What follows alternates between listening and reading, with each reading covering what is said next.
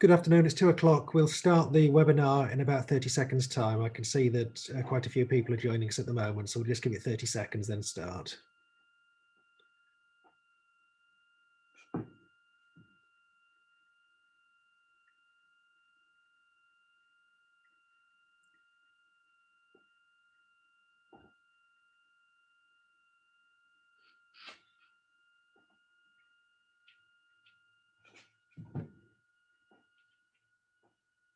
There's still quite a few people joining us. I can see the numbers going up, so I'm just going to leave it a few more seconds, then we'll start.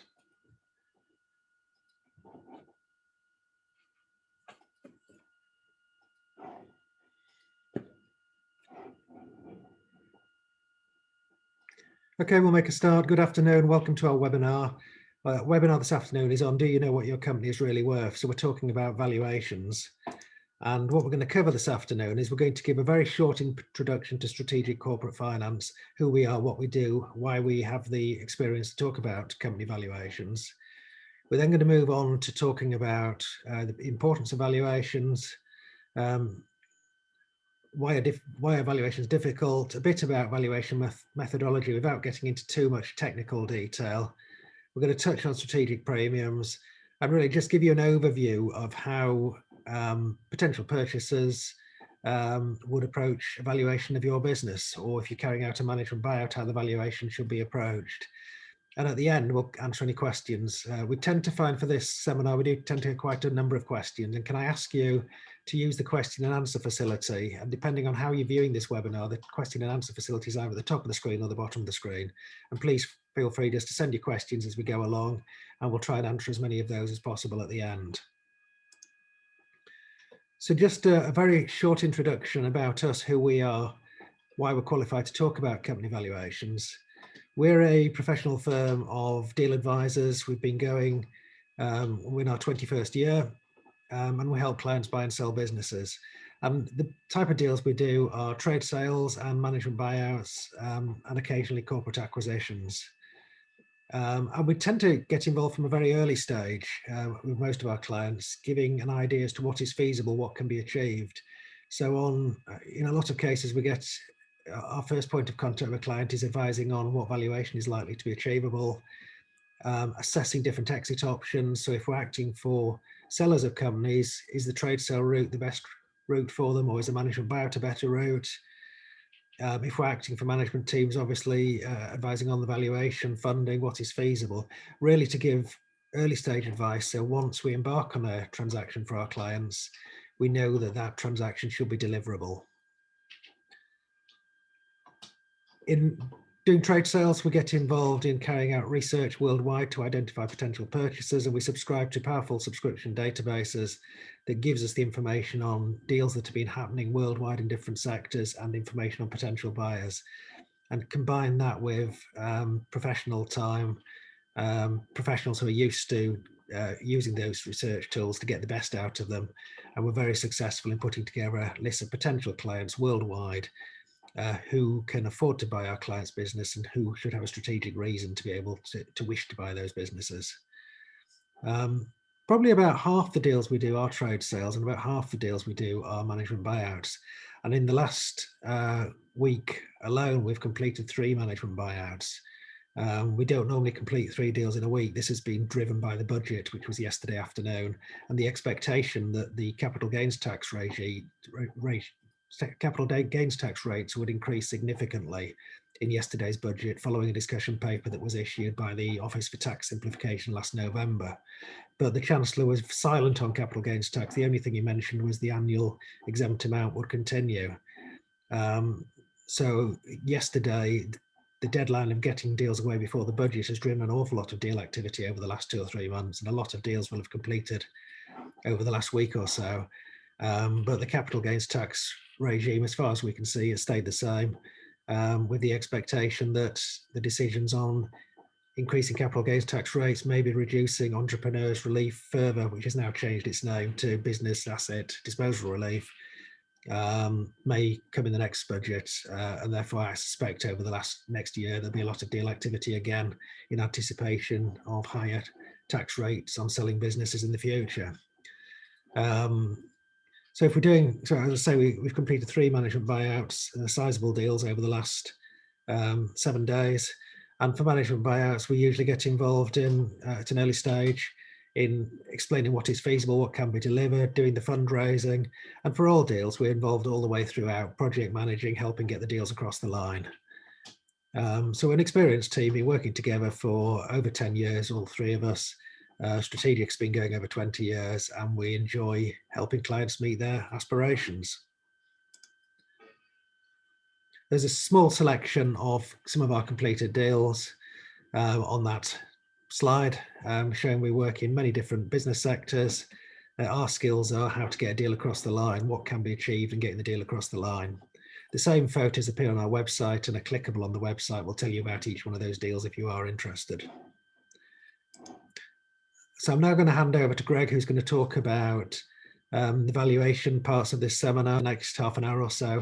And as I say, we'll then pick up questions at the end. So feel free at any point during the seminar, if a question comes to your head, just type it into the question facility and we'll pick it up at the end of the seminar. Thank you. Thanks, Andrew, for that introduction, and afternoon, everybody.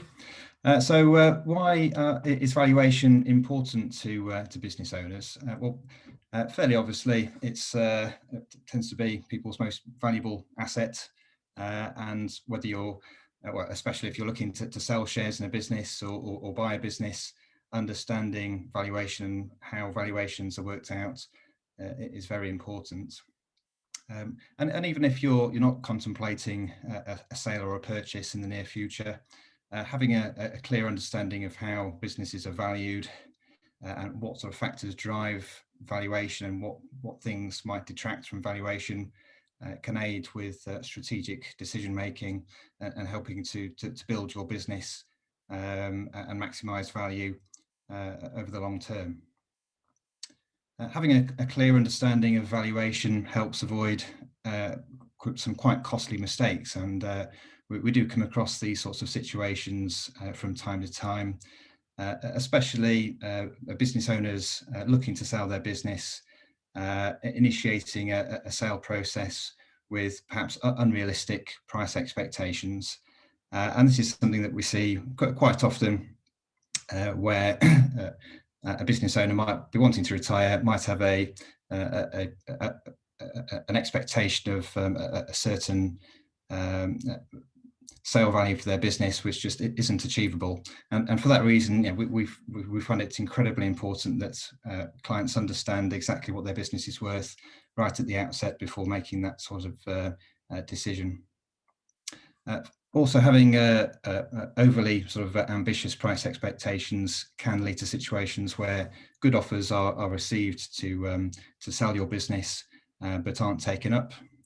And also situations perhaps where businesses are looking to set up enterprise management incentive schemes, giving share options to managers, and if that really is crucial that an accurate valuation of a business is determined at that point in time.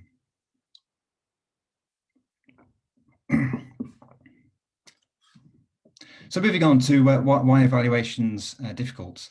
Well, first of all, most sales of SME businesses are kept confidential, and therefore it's difficult to find out comparable data for what similar businesses have been sold for.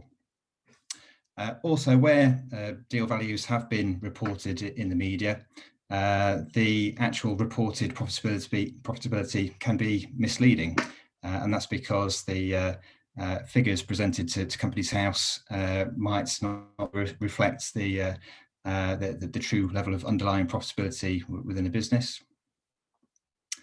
It's also very difficult to work out an accurate valuation for business simply by looking at the accounts of a company and just relying on the numbers.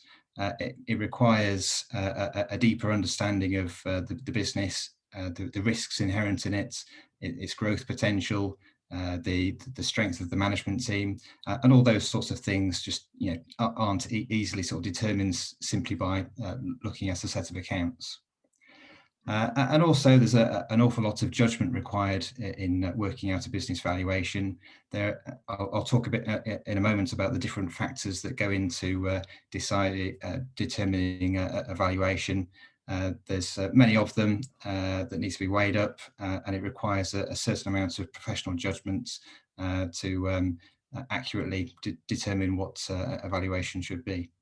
So because of those sorts of reasons that I've noted on this slide, it's important to be aware of free valuations, perhaps valuations that can be obtained online by entering a few financial numbers onto a web page, or free valuations that might be offered by some individuals that might simply be biased and looking to perhaps sell a business.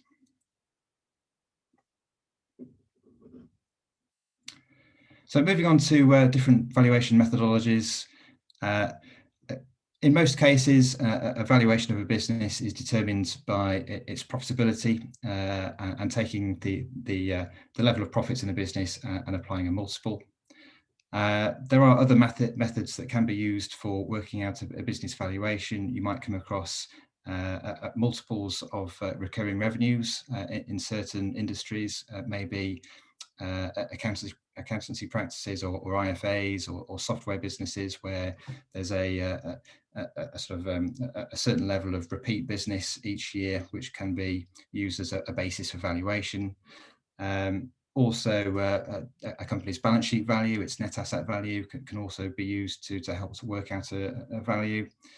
And also discounted cash flow, which is more of a technical calculation based on the projected future profits and cash flows of a business that are then discounted to present value. And that particular method can be useful for startup businesses where there isn't a track record of profitability to look back on in order to work out what the valuation should be. But with each of those different methods, it's also important to benchmark that against the multiple of profits and check that that both methodologies sort of stack up and make sense.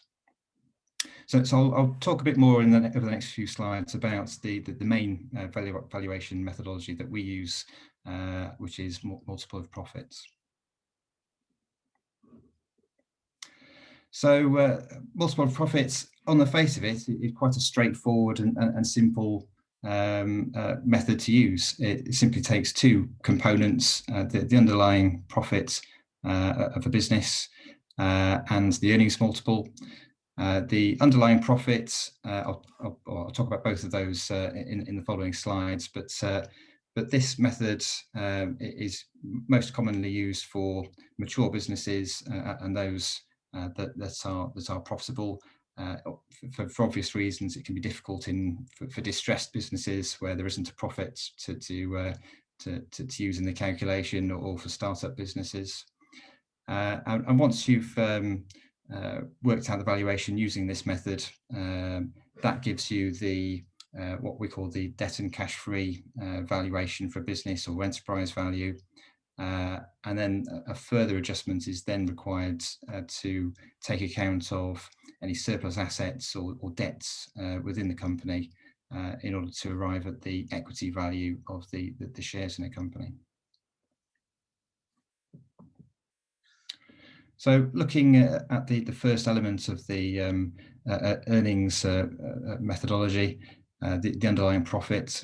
So what is the underlying profit? It's usually based on the net profits of the business, the operating profit, or earnings before interest and tax. And it's important to use that measure if particularly if it's a capital intensive business where there's a regular need to reinvest profits in plant and machinery or vehicles on an ongoing basis. And that's because the depreciation charge within the P&L is an approximation of the ongoing need to reinvest in plant and machinery. If it's not a capital intensive business, if it's a services business, then it can be appropriate just to use EBITDA for simplicity. Underlying profit is different from reported profits in that it's meant to be a sort of a normalized measure of profits that could be expected on an ongoing basis, and therefore it needs to exclude any exceptional income or expenses within a particular year.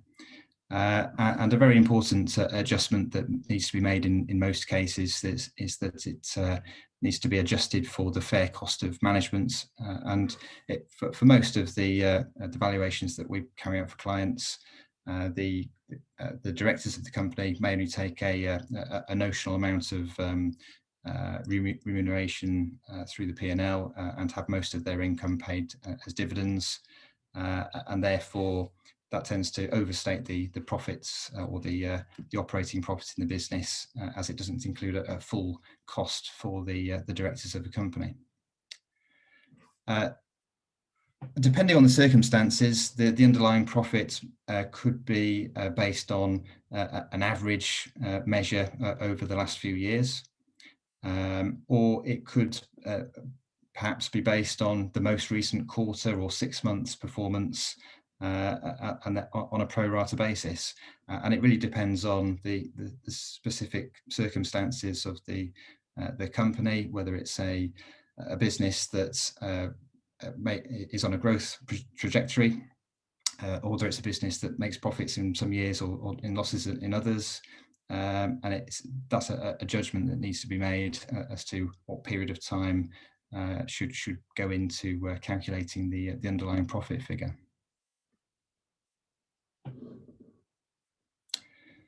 The second part of the basic calculation is the earnings multiple, and there's a bit of subjectivity in working out what the underlying profits measure should be, but there's even more sort of subjectivity with the earnings multiple.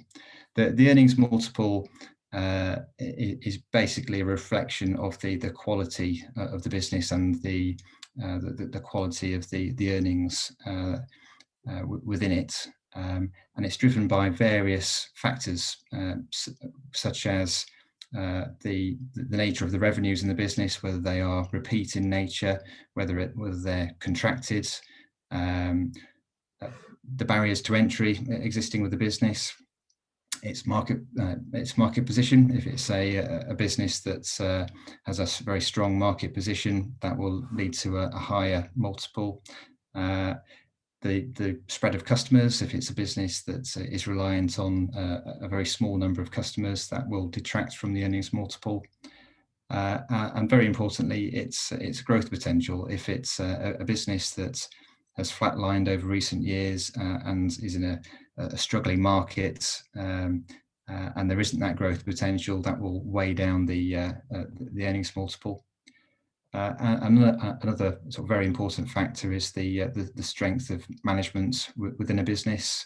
If it's a small business where perhaps there's only one or two people who are the key managers within it, that can be seen as a risk factor, and would detract from the earnings multiple. For larger businesses, there might be a much broader spread of expertise and knowledge within the business that would lead to a higher earnings multiple.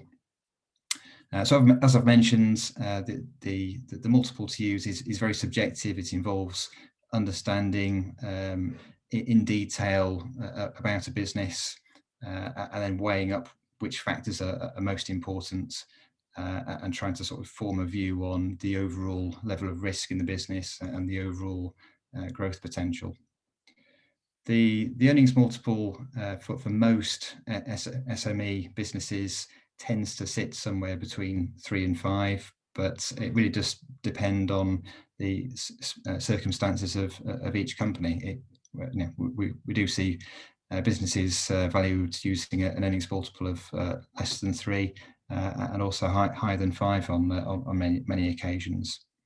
And as I mentioned previously, one of the difficulties with valuations is that there aren't really any sort of reliable published lookup tables that advisors or business owners can refer to try and work out what the correct earnings multiple should be. I'm aware that there are some organisations that have attempted to sort of compile some data and which can be used as a benchmark, but in my experience anyway, those sorts of data sets are quite unreliable and don't sort of help really in terms of working out an accurate valuation. As I've mentioned, once you've done the basic calculation and worked out the debt and cash free value for a business, it then needs adjusting in order to work out what the valuation of the shares are. And it needs adjusting for surplus assets on the balance sheet which aren't required to generate the profits in the business. And this commonly can be freehold property. It could be owner-occupied property within the company, and in that case, it would be necessary to work out what a notional rental charge would be, reflect that in the underlying level of profitability, and then add on the market value of the property to the debt and cash-free value. And again, very commonly, most sort of profitable, mature businesses have more cash in the bank accounts than is needed to for the business to trade with. So we turn that surplus cash, and again, that would be added to the valuation on a pound for pound basis. Any debts existing within the company would be subtracted from the debt and cash free value. And again, this can be a grey area as to exactly which debts should be included in this measure. In most cases, it's obvious. If there's a bank loan for £1 million, then that would be deducted from the valuation. There can be grey areas if, for instance, if it's an amount of debt for working capital, if it's an invoice finance facility that is only required once a year. Should that be taken into account in the valuation? That's a sort of an area that needs some professional judgment, and almost always capital gains tax would be treated as a debt and also deducted from the valuation to arrive at the equity value. It's important not to add on any assets that are required to generate the profits, though. So stock, debtors, plants and machinery that's used in the business, those sort of form the bag of assets and working capital that's needed to generate the profits. And it's the profits that are then used in determining the valuation. So the assets used in the business are included in the valuation with this methodology.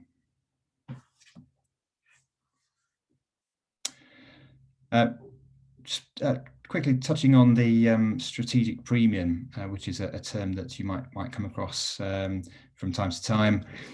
So this is where a strategic purchaser may be willing to pay more than the business, a particular business might be worth on a standalone basis, because of the fact it could unlock additional value by bringing the target business into its own group. So it could be that by buying a business, it's able to sell an awful lot more of a target company's product by plugging it into its sales and distribution network, or by realizing efficiency savings, maybe by closing down a factory and moving operations into its own production facilities. But what I tend to find is that in most of these sort of situations, buyers only want to pay a strategic premium if it's absolutely necessary and it makes sense for them to do so. In most cases, they only want to pay what the business is actually worth, and they'll see that the kind of synergies and efficiencies that they can realise are benefits for them, which that they don't actually want to pay the vendors of a business for. So it can be risky for business owners to assume that if they take the business to the market, that they will automatically be able to realise a premium for their business by selling it to a larger company within their sector that's able to benefit from synergies. But it could be possible for high quality businesses that are going to attract a lot of interest from different competing bidders. Then yes, it is very, very possible that a strategic premium could be realised in that sort of situation.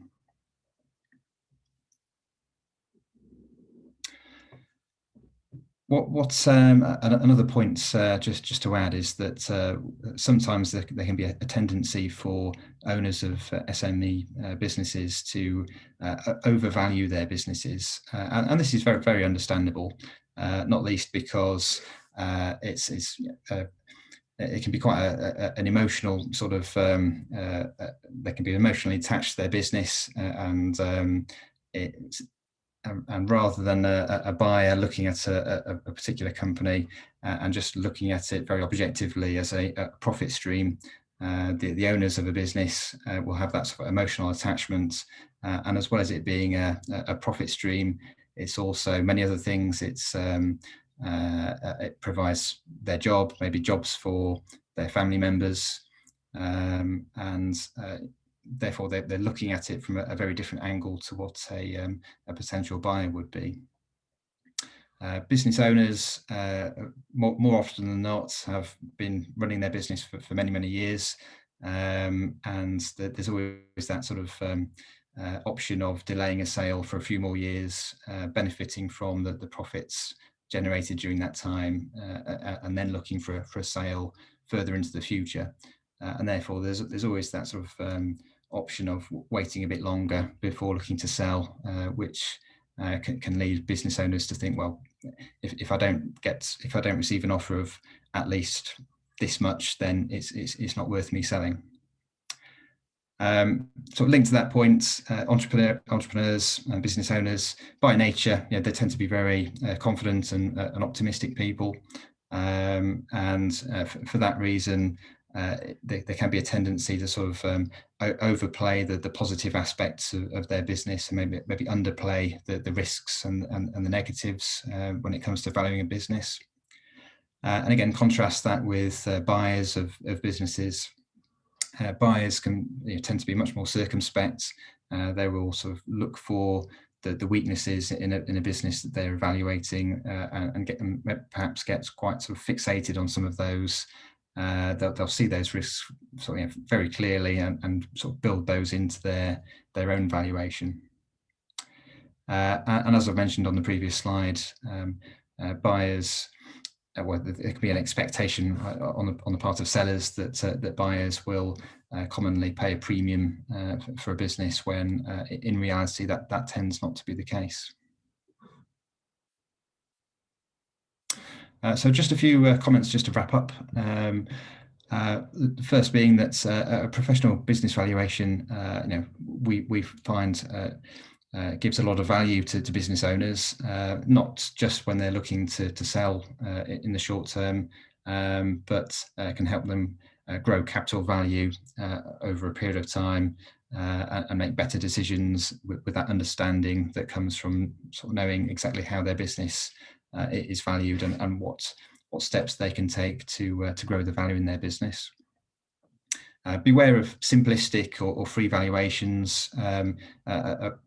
A valuation does require a certain amount of knowledge about a business and professional judgment, and it's a valuation that's done on the back of a fag packet is needs to be taken with a pinch of salt. As I've mentioned, valuations normally derive from the underlying profitability of a business, and don't assume that buyers will always pay a premium for your company. And lastly, valuation is only one part of the story. Just because a business has a certain value, it doesn't mean that it can be easily sold for that value, and there can be factors that might frustrate or sort of make a company sale difficult. And it's important that those are sort of drawn out from a valuation as well, and business owners understand those matters properly. And with that, I'll hand back over to Andrew. Thank you. Thanks, Greg. So we're just about to move on to questions. So I think we had a couple of questions earlier by email. We've just had one question asked through the question and answer facility. So we've got scope to answer probably 6 or 7 questions. So if you've got anything you want to ask, please ask your questions over the next couple of minutes in the Q&A facility, which is at the top or bottom of your screen. Just how we can help. I mean, we're deal advisors. We can get involved in a trade sale, a management buyout, a corporate acquisition, but really this is talking about early stages and valuations. And we regularly get asked, we probably do 3 or 4 valuations a month, many of which come through accountancy practices who are asking us for our opinion, because we are doing deals, we're receiving offers on behalf of clients, we're making offers on behalf of clients, and therefore we have first-hand experience of what SME sector businesses sell for. So we get asked on a regular basis to do valuation reports. Our valuation reports cover the things Greg's talked about, but looking specifically at your business, looking at the factors in your business, what's driving valuations, what could drain valuations, things that could be an issue in the saleability of your business. The valuation reports tend to be 20 pages plus. They're not heavy going. They spell out how we've approached evaluation, how we've arrived at our conclusions. They cover all the calculations, they cover our observations and comments. As I say, they're not heavy going documents, but they're fairly comprehensive, and they allow you to see how a purchaser is going to value your business or is likely to value your business. They're invaluable if you're thinking of selling in 3 or 4 years' time, because you can then make sure the key decisions you take over the next 3 or 4 years are consistent with keeping the business saleable and getting the best valuation you can. So, as a first stage, very happy to do valuation reports. It's a good way of us to get to know the client and their business, and for the client to get to know us. Moving on from those valuation reports, we often do feasibility reviews, often for management buyouts, where owner managers looking to sell their businesses would quite like to sell to management teams, or may want to sell to a trade buyer, and they ask for our opinions, and we can cover both. We could do an MBO feasibility report talking about the valuation that can be achieved, how much would have to be on deferred terms, the sort of equity stake the management team would need to put in, what sort of funding could be achieved. And we can also do an assessment of the prospects of a trade sale. Again, what sort of valuation can be achieved? What's the deal activity been like over the last few years in that sector? Is there likely to be international appetite? Who's been doing acquisitions? Really, with the purpose at these early stages of giving the client the benefit of our experience and the databases we subscribe to, so that the right decision is taken in terms of the approach to the business disposal, the approach to your exit, and that the timing is right. And after doing early stage advice, we'd be delighted to move on and then handle the transaction, project managing the transaction from start to finish, whether that's a buyout, a corporate acquisition, or a trade disposal. Just before we move on to questions, I can see there's been a couple more questions, but please keep asking questions. We've got more webinars coming up over the next few weeks. They're all on our website at strategiccorporatefinance.co.uk. The next 5 webinars are shown here. Catherine will send these slides out later today or tomorrow to everybody who attended this webinar, so you'll get the slides with the details of the future webinars. So at this point, we'll move on to questions, and I'll invite Greg to come back in, and Catherine's going to join us as well and take us through the Q&As. Hi, Catherine. Hi, everybody. Right, I had a couple of questions through so far. Thanks for those, everybody. Start with the first one. How, if at all, would patents be brought into the valuation? Assuming the long-standing patents, then the patents are helping drive the profitability. So the profitability already reflects the value of those patents, but it depends on what the patents are. It depends on what competitive advantage that gives the company. We'd take a view on it. If they're giving a big competitive advantage and there's a long time left on those patents, it's likely to help enhance the multiple and drive a higher multiple. But it really depends. If the patents have only just been granted and haven't yet proven themselves, it all depends. You know, every valuation we do, there are factors like this that need to be taken into account, and we need to understand the benefits of the factors, in this case patents, and think through how that impacts on the valuation, and then make a judgment call. Okay, thanks, Andrew. The next question, typically what size of business do you usually value in terms of turnover, employees, profits? Most of the businesses we value will have a value between 1 million and 20 million pounds. We'll cover nearly all of them. And there'll be a lot of them with values of 2, 3, 4, 5, 6, 7, 8 million pounds. It tends to be businesses turning over 2 million pounds up to, again, 20 million turnover. Again, with, you know, a lot around there, probably 2 to 7 or 8 million pounds turnover. So it tends to be that type of business. That doesn't mean to say we can't help on smaller businesses. We do get involved in deals where the turnover is £1 million. We do get involved in doing valuations at that level. But if the turnover is much less than £1 million, it become, you know, Greg's talked about the difficulty of valuation. The smaller the business is, the harder it is to value the business, because it's more dependent on the current owners. There's a small number of staff, key members of staff. There's often a small number of customers. The smaller the business, the harder it is to value. So, you know, our typical clients will be turning over at least £1 million, many of them over 2 million, and most of them will be, you know, 10 million or less turnover, with, you know, quite a few who are above that, but that's our typical client base. Okay, thanks, Andrew. The next question, what impact is COVID having on valuations? Greg, do you want to take that one? Certainly, yeah. Yeah, I mean, it varies from company to company, and a lot of the clients that we've been acting for in recent months have seen relatively little impact from COVID, and by extension, there'll be little difference to their valuation compared to a year ago. We're working on a couple of valuations at the moment of businesses where there has been an impact on the business from COVID, and it really is just is one of these situations where professional judgment is needed when working out what the underlying profitability of a business is. If it's a business where there was a steep drop off a year ago, but the business has since recovered, or it's expected to recover and get back to normal levels in 2021, then it wouldn't be sensible to use 2020 results as the basis for underlying profitability and the valuation.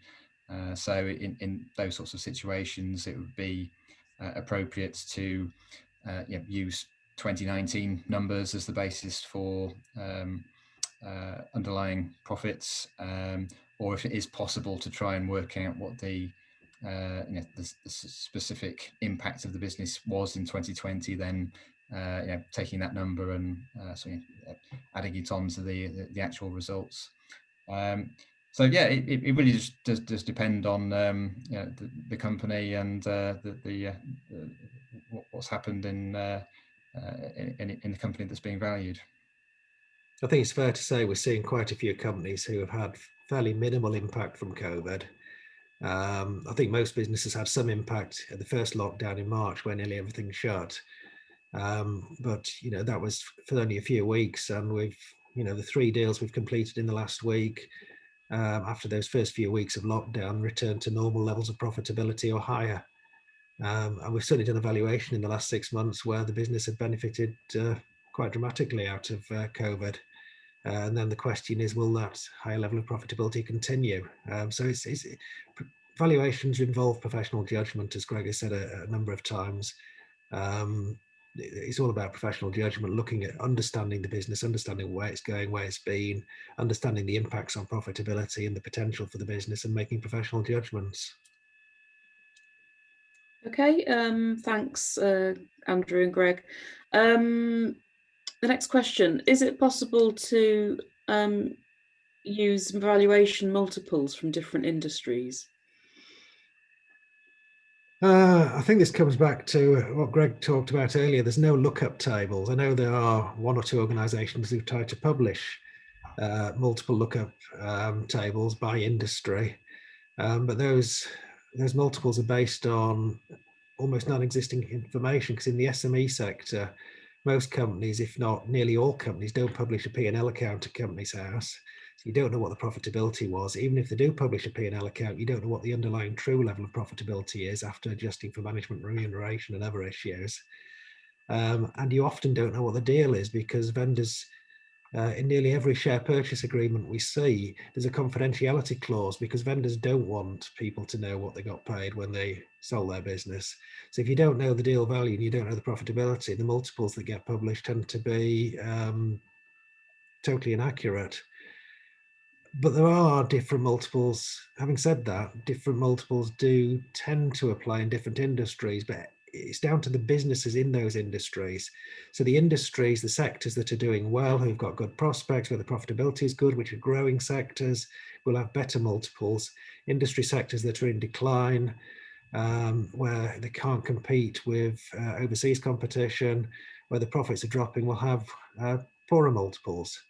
And multiples can be confusing as well, because we see in the care home sector, you tend to see good multiples in the care home sector, but they include the freehold property swept into the multiple, whereas for any other sector, you'd knock off a notional rent from your profitability, come to a valuation, then add on the value of the freehold property. So you need to take these things with a pinch of salt. You don't get value based on an industry sector, you get value based on your business and how your business is performing, the prospects for your business. If you want to add anything to that, Greg. I think that's right. It's factors affecting individual companies that is most important. If you're looking at a manufacturing company, then you need to work out what the appropriate multiple should be for that specific manufacturing business, rather than saying, well, as a sector, manufacturing companies should be valued at for. There's obviously a very wide range of businesses within manufacturing, and you can't just say one manufacturing business should be the same sort of multiple as another one. Okay, thanks for those answers. Right, the last question we have at the moment is, can an MBO strategy be applied to an external purchase? So I get my head around the question. No. So I think an MBO strategy in terms of the way you would do a management buyout, I'm not quite sure the question, but I'll try and answer it all the same. With a management buyout, you set up a new co, the management team invest in the new co, and that is the acquisition vehicle, and you achieve funding. And often there's quite a bit on deferred terms, because the management team and the shareholders have worked together for many years. The management team has helped the shareholders generate the value they're now selling, and therefore the shareholders are willing to leave some in on deferred terms. And that structure works. You can apply that to an external purchase, but it's almost harder to get if you haven't worked with the shareholders for many years. If you are a third party who don't know the shareholders and haven't worked with them, you're less likely to get the same level of deferred consideration. But certainly, not 100% sure the question, but if the person who asked the question wants to give us a call, we're happy to talk through the question. But yes, there's different ways of doing it. And you get management buy-ins, which are people who have got experience and skills but haven't worked in the business they're buying, who often try and adopt the same structure. But again, it can be, funders are more cautious with buy-ins rather than buyouts, because the management may have brilliant CVs, but they've not actually worked in the target business. They don't know the target business as customers, processors, staff, so they're seen as more risky. But yeah, there's different ways of doing deals. I'm very happy to pick up on that point, the person who asked the question, by phone, and let's see if we can answer it. Okay, thanks, Andrew. That's all the questions for now. Brilliant. Well, thank you for that. We're going to finish now. This webinar will go into YouTube, and Catherine will send out the link. So if you've missed bits, or if you've got colleagues who would like to watch it, please watch it on YouTube. As I say, we've got more webinars coming up. Every month or so we do a webinar. Thank you for listening, and Catherine will send out the slides and be in touch. But if you want us to come and talk to you about your own business, probably by Zoom or Microsoft Teams at the moment, have a chat, welcome the opportunity to do that. If you've got any further questions, just pick up the phone and we'll see if we can answer them. Thank you very much for listening.